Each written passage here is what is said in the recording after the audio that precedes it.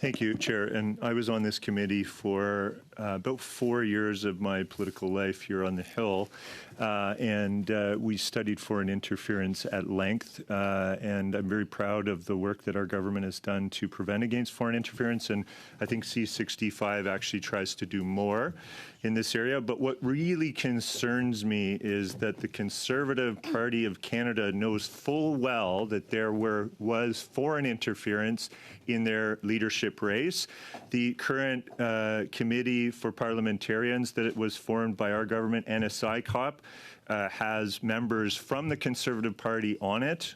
At least one. We had Alex Ruff at this committee speaking to his private members bill not so long ago, and where he actually said that all members of parliament should be required to get a security clearance, which is really interesting and slightly ironic, if not hypocritical, given the fact that the Conservative leader is the only leader, only federal party leader to not get a top secret security clearance, while knowing full well that within his party and within his leadership race that there was foreign interference.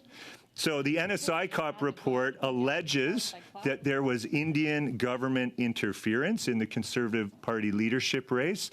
I've cited this report and tweeted about it numerous times because I'm deeply concerned, as the Conservatives were concerned back when Han Dong, there were intelligence leaks that the Conservatives quickly jumped on to have Mr. Dong, questioned in committee to undertake studies on foreign interference here. They took that matter very seriously at that time because it was a Liberal member of Parliament whose name was in question, and yet they show zero concern and zero interest in undertaking the same kind of scrutinizing study and looking deeply. They have lectured us time and time and time again on this quote of sunlight is the best disinfectant, transparency and sunlight is the best disinfectant, but it only applies to everybody else other than themselves. They do not want this. They scrambled in this committee room. We watched them all scramble and huddle up because they were scared like little rats on a ship. And you know what? I watched that happen. And you know what? Why would they be so concerned about their party finally being exposed for the actual foreign interference that's been within their party? Which is interesting because, they show this deep interest and even partisan, when it's to their partisan gain, they will fake their interest in almost anything. And that's what we've seen in this House of Commons for many, many, many months. So we know that the NSICOP report has cited allegations of Indian government interference in the Conservative Party leadership race. And then just recently, we actually confirmed this. So we've actually now confirmed this. Media reports have confirmed that within Patrick Brown's campaign, and it's interesting because there's things that are connected here which I can't quite figure out what the connections are, but I think Canadians should be deeply concerned. On the one hand, we know that the current leader of the Conservative Party has paid, his campaign actually paid the legal fees for the person who reported allegations against Patrick Brown. So what's interesting is that they paid the legal fees, and that seemed kind of strange. Why would one campaign pay the legal fees of the person that took down the opponent, right? And that's been out there for a long time. So on the one hand, that's the case. And then on the other hand, we hear that the Indian government was actually pressuring MP Rempel Garner to step down from the campaign of Patrick Brown. Why? Because it wasn't in her interest to stay connected with Patrick Brown. So it's almost as if the Indian government knew that Patrick Brown wasn't going to be in the running for much longer, and they were encouraging her to abandon ship because it wasn't good for her political career, which is really interesting. And then we just heard recently when Patrick Brown finally came to our committee, at the SECU committee just recently, and I know my colleague, Ms. O'Connell, was there and questioned Patrick Brown. we heard a number of things. And the media headlines were clear that Patrick Brown actually confirmed that there were angry calls from consular officials. And this is not just confirmed by one person. There's actually 5 people that actually confirmed in Patrick Brown's campaign that they were sources.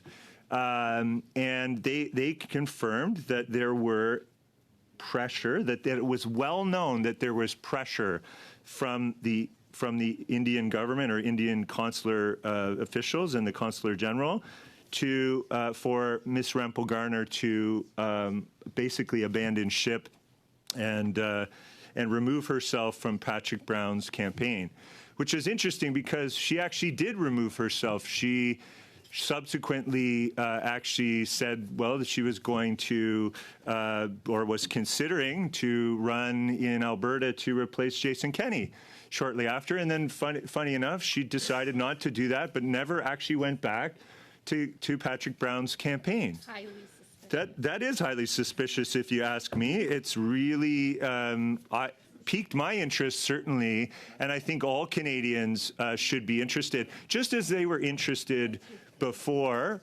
when in a nomination contest there was questions and allegations of a Liberal member and whether there was any foreign interference in that nomination contest. And the Conservatives were like, I've never seen them so excited and so interested in jumping on this issue at that time, and yet they show no interest when it comes to their own party. Oh, I'm just getting warmed up, Chair. Mr. Turnbull, the floor certainly is yours, but as you very well know, on a point of order, I do need you to respect my intervention so that Absolutely, I can hear the honourable call. I respect you very much. Mr. Cooper, on a point of order. Mr. Chair, I just would seek clarification as to whether it would be in order, since we do have the officials from Prime Minister's Department, the PCO, to ask questions about the NSCOP report, Han Dong's nomination. Mr. Cooper, I think you're Mr. Cooper. I need you. And hiding Mr. that. Cooper, I need just as I scorned Mr. Turnbull with a little bit of disappointed dad on not listening to me when I took the floor. I'm going to have to do the same with you, my friend. I have to intervene. This is not.